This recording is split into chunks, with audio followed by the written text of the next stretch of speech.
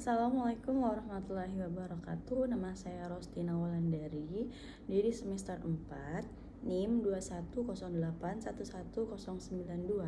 Saya akan menjelaskan sedikit mengenai pernikahan beda agama yang ada di Indonesia untuk memenuhi mata kuliah Hukum Acara Pengadilan Agama.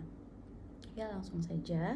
Dalam Undang-Undang Republik Indonesia Nomor 1 Tahun 1974 tentang Perkawinan Pasal 2 Ayat 1 disebutkan, perkawinan adalah sah apabila dilakukan menurut hukum masing-masing agamanya dan kepercayaannya.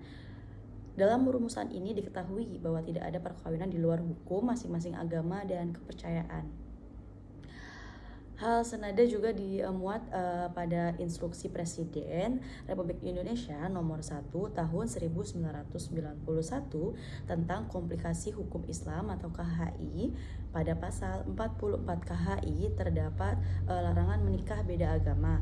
Sementara itu dari MUI melalui keputusan nomor 4 garis miring MUNAS FII garis miring MUI garis miring 8 garis miring 2005 mengeluarkan fatwa tentang hukum larangan pernikahan beda agama. Dan di Indonesia itu sendiri dalam agama Islam bahwa pernikahan beda agama itu dilarang ya, tentunya di ajaran agama lain juga, kecuali ada satu hal. Kalau misalkan dalam agama Islam sendiri, kalau misalkan dari pihak laki-lakinya yang beragama Islam dan pihak perempuannya yang beragama lain itu masih boleh untuk menikahi beda agama. Tetapi dalam negara Indonesia sendiri itu masih banyak atau masih mayoritasnya kan kalau nikah itu di Indonesia sesama agama, dan minoritasnya itu kalau di Indonesia itu sangat kayak asing kalau misalkan ada seseorang yang ingin menikah beda agama. Jadi sifatnya masih abstrak. Dan kalaupun ingin melangsungkan pernikahan berbeda agama, itu banyak sekali syarat-syaratnya dan banyak sekali langkah-langkahnya untuk disetujui oleh pemerintah agar dilaksanakannya pernikahan beda agama. Perkawinan beda agama dalam hukum Indonesia. Pertama saya akan jelaskan pengertian perkawinan sendiri. Pengertian perkawinan dapat diambil dari pasal 1 Undang-Undang Perkawinan, yaitu perkawinan adalah ikatan lahir batin antara seorang pria dan wanita sebagai suami istri menurut Saleh tahun 1992.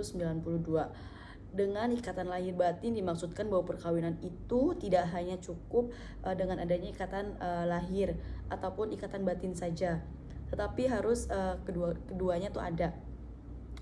Sebagai negara yang berdasarkan Pancasila, di mana sila yang pertama ialah ketuhanan yang Maha Esa, maka perkawinan mempunyai hubungan yang erat dengan agama. Kerohanian mempunyai peranan yang penting. Permasalahan perkawinan beda agama masih menjadi polemik. Untuk melaksanakan perkawinan beda agama di masyarakat relatif sangat sulit. Padahal perkawinan beda agama merupakan realitas yang masih terjadi di masyarakat. Sebagaimana data yang pernah penulis peroleh di Kabupaten Gunung Kidul sebagai daerah yang sangat plural dalam kehidupan beragama. Perkawinan beda agama di Gereja Katolik Wonosari mencapai jumlah rata-rata 32% per tahun. Sangat relatif signifikan antara pemeluk agama Buddha dan non-Buddha juga terdapat beberapa perkawinan beda agama.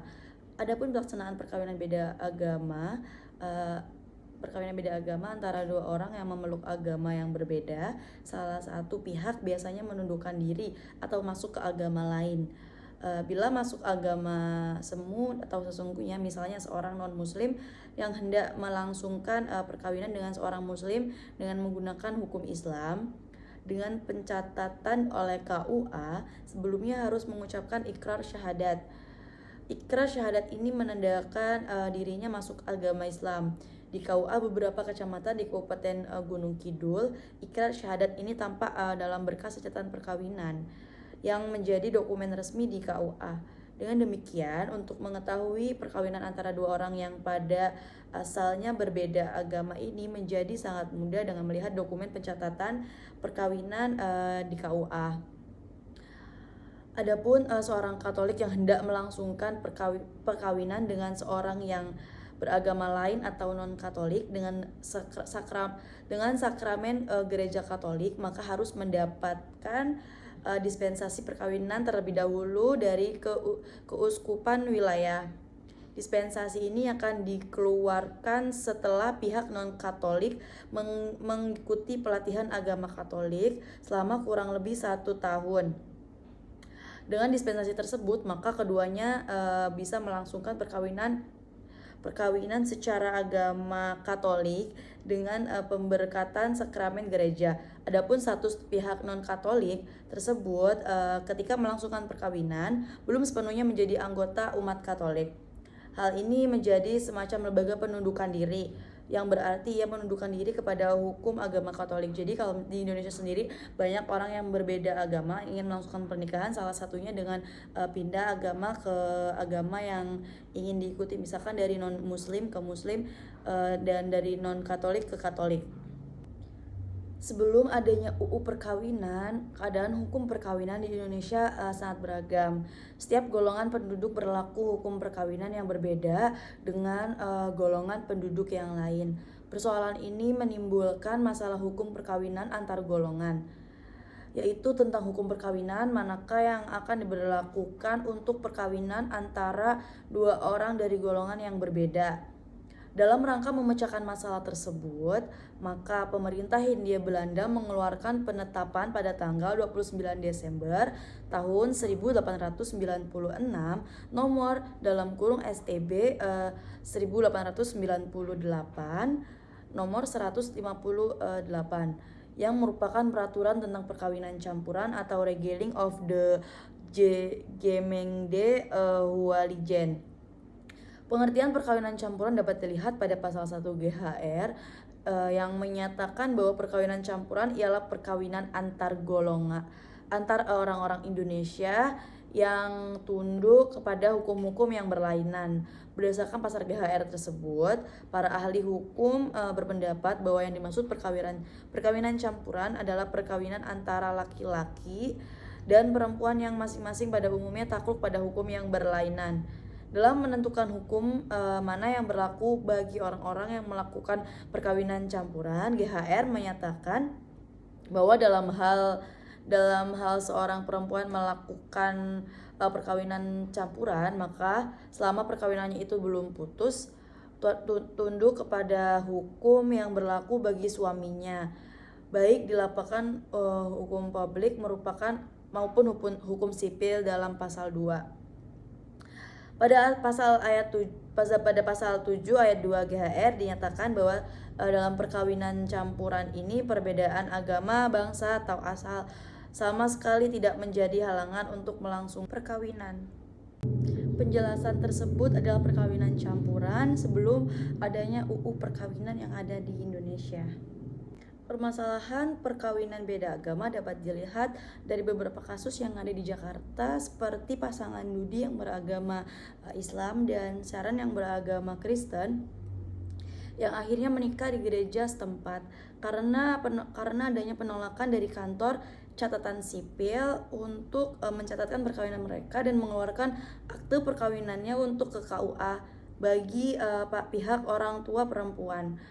Pasangan Boy, Bolang, dan Aditya yang menunggu izin kawin dari Pengadilan Negeri Jakarta Barat.